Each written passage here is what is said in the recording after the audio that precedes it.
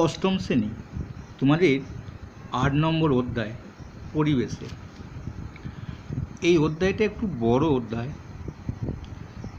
এই অধ্যায়টা প্রথমে আমি তোমাদের বলবো কেমন করে পড়বে, অর্থাৎ কি কি পড়তে হবে, কেমন করে পড়তে হবে, তাহলে সহজ হয়ে যাবে, অর্থাৎ চ্যাপ্টারটা আমরা বুঝতে পারবো। প্রথমেই সেটা আমাদের জেনে নিতে হয়। দেখো, এই অধ্যায়টায় আলোচনা আছে ধান, আম আর চা, তিনটে উদ্ভিদের চাষাবাদ নিয়ে আলোচনা আছে। কীরকম? আমাদের 8টা পয়েন্ট মনে রাখতে হবে। চাষের জমি কেমন করে তৈরি করতে হয়, অর্থাৎ ধান চাষে যদি আমরা করি। তারপরে বীজ বপন কেমন করতে হয় ধান চাষে, যদি আমরা ধান চাষ দিয়ে যখন আমরা পড়ব তখন টোটাল এই 8টা ডিসকাস করতে হবে, আলোচনা করতে হবে। অর্থাৎ ধানের জমি কেমন তৈরি করব, বীজ কেমন বপন করব, সার কি সার কেমন প্রয়োগ করব, জলসেচ কেমন হবে, কিভাবে হবে, আগাছা দমনটা কেমন করে করব, কীটপতঙ্গ দমনটা কেমন করে করব, ফসল তুলব কীভাবে এবং ফসল মজুত করব কীভাবে। ধান চাষের হবে, আম চাষেরও তাই। আম চাষেরও আমরা ঠিক জমি কী করে তৈরি করব, বীজ বপন কী করে করব, সার প্রয়োগ কী করে করব, ঠিক 8টা পয়েন্ট। চা চাষেরও তাই। এই কোটা জানলে অর্ধেক পড়াশোনা হয়ে গেল। 8টাই আমরা চা চাষেরও আমরা একই আলোচনা করব, চা চাষের জমি কীভাবে তৈরি করব, ঠিক আছে। আর বাকি 3টে জিনিস আমাদের জানতে হবে। যদি আমাদের মৌমাছি পালন করতে হয়, মৌমাছি চাষ করতে হয়, মৌমাছি যদি আমরা সম্পর্কে ভালো আমরা জানবো কীভাবে চাষটা করা হয়। মাছ চাষ কীভাবে ভালো করে করা হয় আমরা শিখে যাব। এই বাড়িতেই পুকুরে চাষ করতে লাগবো। আর একটা মুরগি চাষ। তাহলে তোমাদের 3টে উদ্ভিদের 3টে প্রাণীর আলোচনা আছে। আলোচনা করতে করতে অধ্যায় শেষ করেছি, ঠিক আছে। এটা কিন্তু মেন আমাদের ধারণা, বেশি কিছু নেই। কিন্তু আমি যেটা 8টা পয়েন্ট দেখালাম, এখানে কিন্তু 8টা পয়েন্টই লেখা আছে তোমাদের বইয়ে, লিখে নিতে হবে না, ঠিক আছে তো? বেশ, চলো আমরা এই পাতাটা একটুখানি আমাদের আলোচনা করতে হবে। আমাদের খরিফ ফসল, রবি ফসল আমরা অনেকেই জানি না। কোনটা খরিফ ফসল ভুলে যায়, কোনটা রবি ফসল ভুলে যায়, তারপরে আবার ভুলে যায় কোনটা তন্ডুল ফসল, কোনটা তন্তুজ ফসলটা মনে থাকে স্যার, ওটা তো আঁশ জাতীয় ফসল মনে থাকে, কিন্তু কন্দ জাতীয় ফসলটা মনে থাকে না। দেখো, এইখানে আমাদের অনেকগুলো ফসলের নাম ধরন দেয়া আছে, কি ধরনের ফসল, ফসলের নাম নয়। দেখো, মশলা আমরা তো জানি গোলমরিচ, আদা, এগুলো মশলা। কারণ ব্রিটিশ সরকার যখন আমাদের ভারতবর্ষে এসেছিলো, মশলা লোভী এসেছিলো। ওদের তো শীতপ্রধান দেশ, তো মশলা নিয়ে যাবো, গোলমরিচ নিয়ে যাবো, এলাচ লবঙ্গ নিয়ে যাবো, এগুলো হচ্ছে কিন্তু মশলা। ঔষধি গাছ আমরা বলতে পারবো চোখ বুঝে তুলসী গাছ, বাসক, আরও আমাদের অনেক গাছ, সর্পগন্ধা আছে। বাগানে চাষ করা হয় তো বাগিচা ফসল, চা বাগান যেগুলো বলি, কফি বাগান, রাবার বাগান, অর্থাৎ বাগানে চাষ করা হয় এইগুলো। তো বাগিচার উদ্দেশ্য, বাণিজ্যিক উদ্দেশ্যে চাষ করা হয় চা, কফি, রাবার, এটাকে বাগিচা ফসল বলা হয়। হ্যাঁ, এটাকে বলা হয়, অর্থাৎ বাণিজ্যিক উদ্দেশ্যে চাষ করা হয়। এগুলো কিন্তু খাবো, মজুত করে রাখবো, এসব অতটা কম আর কি, বাণিজ্য করার জন্য।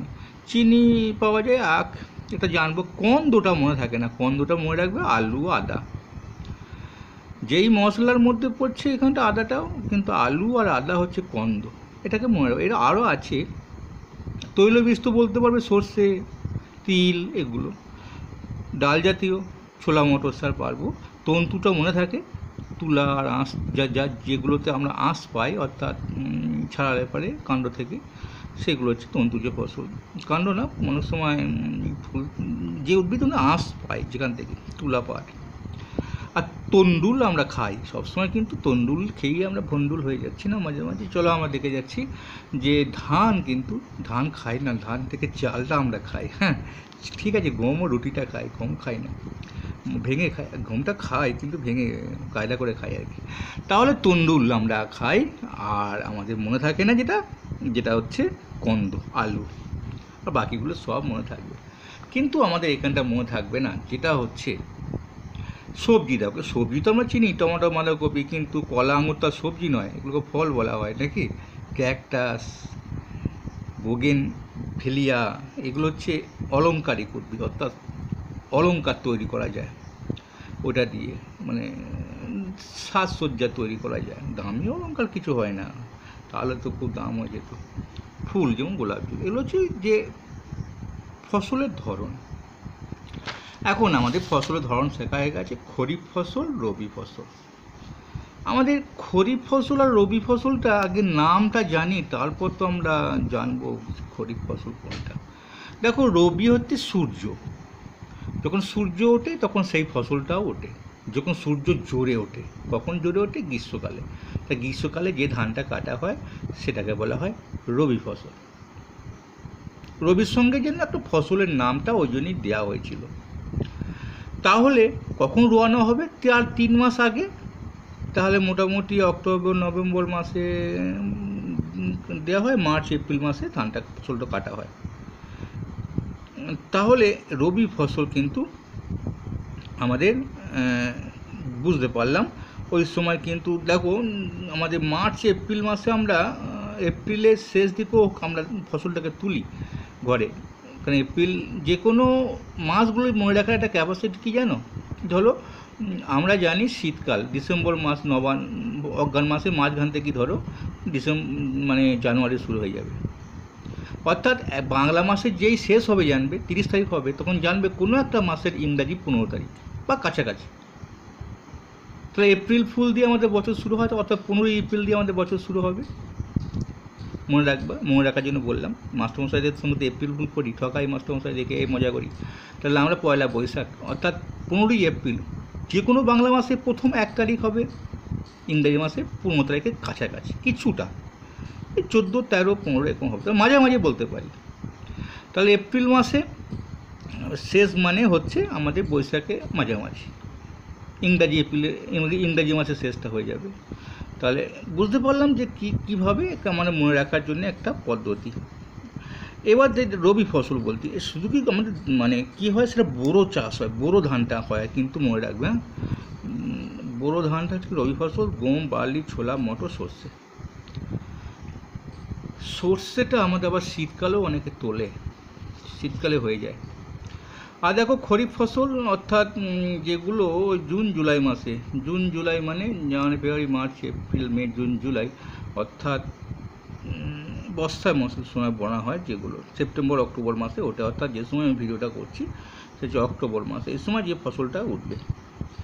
ধান ওঠে না, কিন্তু একটু পরে ওঠে, এখনকার ধানটা লেট হয়ে গেছে, মৌসুমি বায়ুর প্রভাবে কিন্তু এই খরিফ ফসলটা হয়। ভুট্টা, তুলা, চীনাবাদাম, সরিষা খরিফ ফসল বলে। তাহলে মোট কথা বড়ো ফসলটা মনে রাখবে, রবি ফসল হচ্ছে বড়ো, অর্থাৎ বড়ো ধান চাষ করা। এবার চলো আমরা আলোচনায় যাই। তাহলে আমাদের ফসল উৎপাদনের জন্য কয়েকটা ধাপ তৈরি করতে হবে। প্রথম ধাপটা যদি আমরা আলোচনা করি, বইয়ে আছে যদিও, আমাদের চাষের জমি তৈরি। চাষের জমি তৈরি আগে আমরা নাঙল দেখেছিলাম, দেখো দেখতে পাবে না এখন, এগুলো কম। তো ভূমি কর্ষণ করতে হবে, নাঙল লাগবে, এখন ট্র্যাক্টর হয়ে গেছে, নাঙল আর নেই। হ্যাঁ, নিড়ানি অর্থাৎ জমির যে আগাছা জন্মায় সেগুলোকে তুলে ফেলতে হবে, তারপর কর্ষক চাষ করতে হবে, আরও পাওয়ার টিলার দিয়ে আরও চাষ করতে হবে।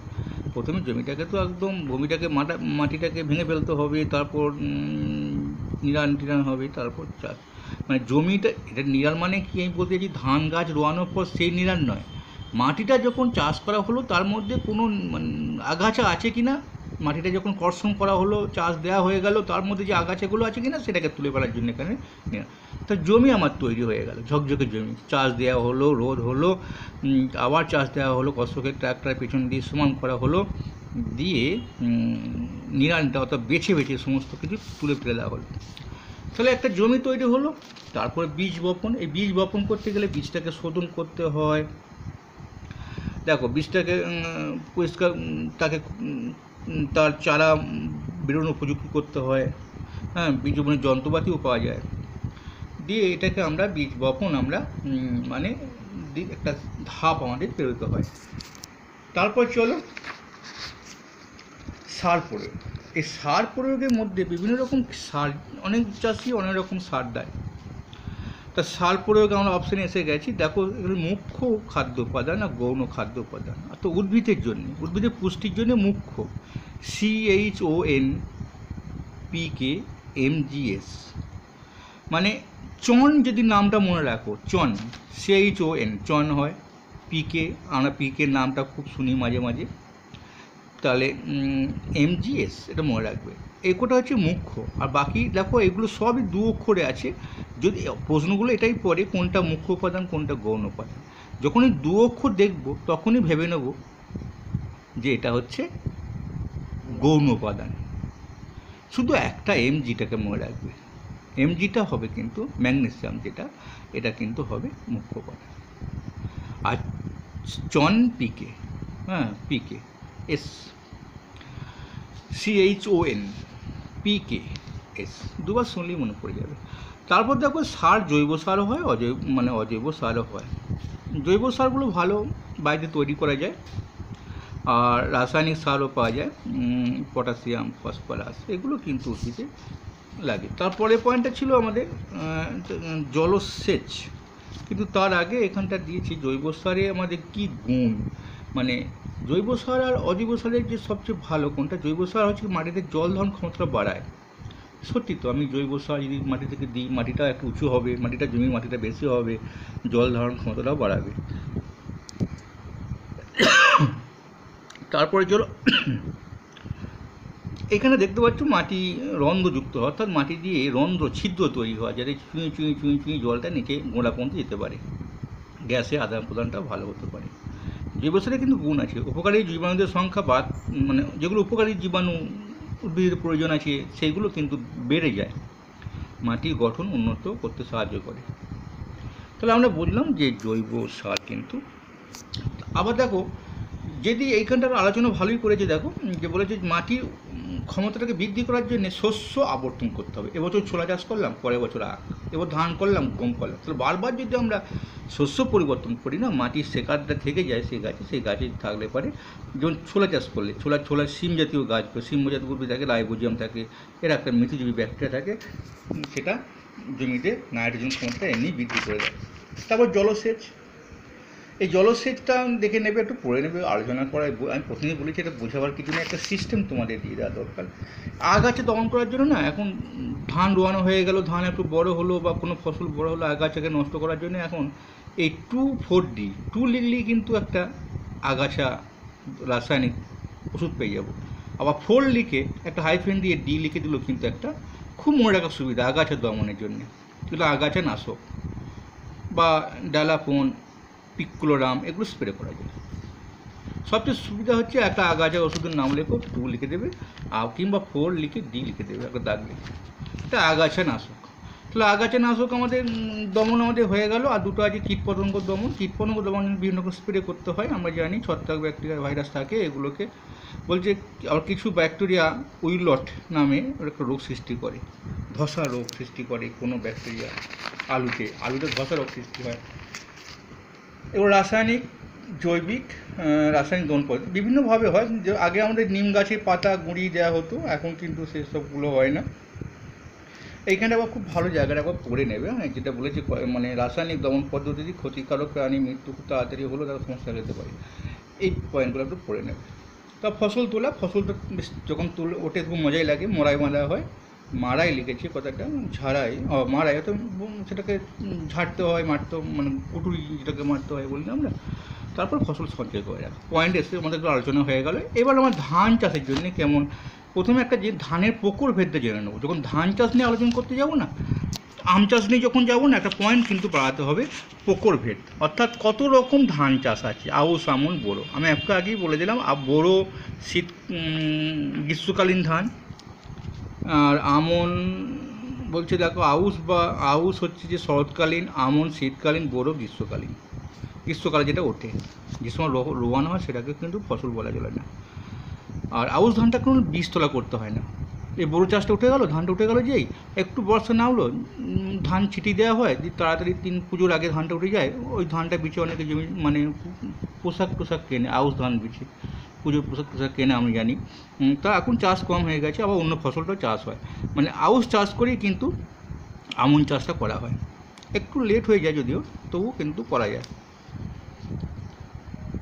চলো এইখানে দেখো আমাদের মোটামুটি মাটি তৈরি হল, ধানের এই ধানটা দেখে নাও। কত রকম রত্না, তারপর জয়া, জয়ন্তী, এটা মাঝারি জাতে।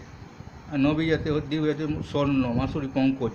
পঙ্কজ ধান আর এখন পাওয়া যায় না, আগে আমরা খুব পঙ্কজ ধান দেখেছিলাম। যাই হোক, আমাদেরকে এবার সিস্টেমটা এসে গেছে কীভাবে আমরা জমি তৈরি করবো, আগাছা তৈরি করবো, সেই সিস্টেমটাকে করে নেবে। ঠিক আম চাষেরও এরকম করবে, আম চাষ হয়ে গেলেই চা চাষে পড়ে নেবে। ঠিক একইভাবে করকম জাতের আছে, চা চাষ হয়ে গেলেই তোমাদের কিন্তু মোটামুটি একটা ধাপ অর্ধেক এগিয়ে গেলে দিয়ে প্রাণী দিয়ে শুরু হবে মৌমাছি। আমি প্রাণীটা তোমাদের আলোচনা করে দেবো, ভালো লাগলে অবশ্যই লাইক করো।